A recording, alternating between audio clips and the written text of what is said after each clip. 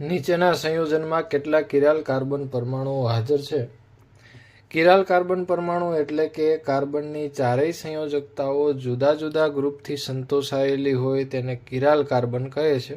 તો હવે આપણે આ બંધારણમાંથી જોવું એ રહ્યું કે કયો એવો કાર્બન છે કે જેમાં ચારેય સંયોજકતાઓ અલગ અલગ હોય. તો એક આ કાર્બન છે જેમાં CH3 છે, Cl છે, હાઇડ્રોજન છે અને બીજી બાજુ આખું ગ્રુપ જોડાયેલું છે, એટલે આ બીજા નંબરનો કાર્બન છે કિરાલ કાર્બન કહી શકશું. ત્યાર પછી ત્રીજા નંબરનો કાર્બન છે એ પણ કિરાલ છે. એક હાઇડ્રોજન છે, એક બાજુ આઇસોપ્રોપાઇલ છે, એક બાજુ ઇથાઇલ છે અને એક બાજુ આખું ગ્રુપ છે.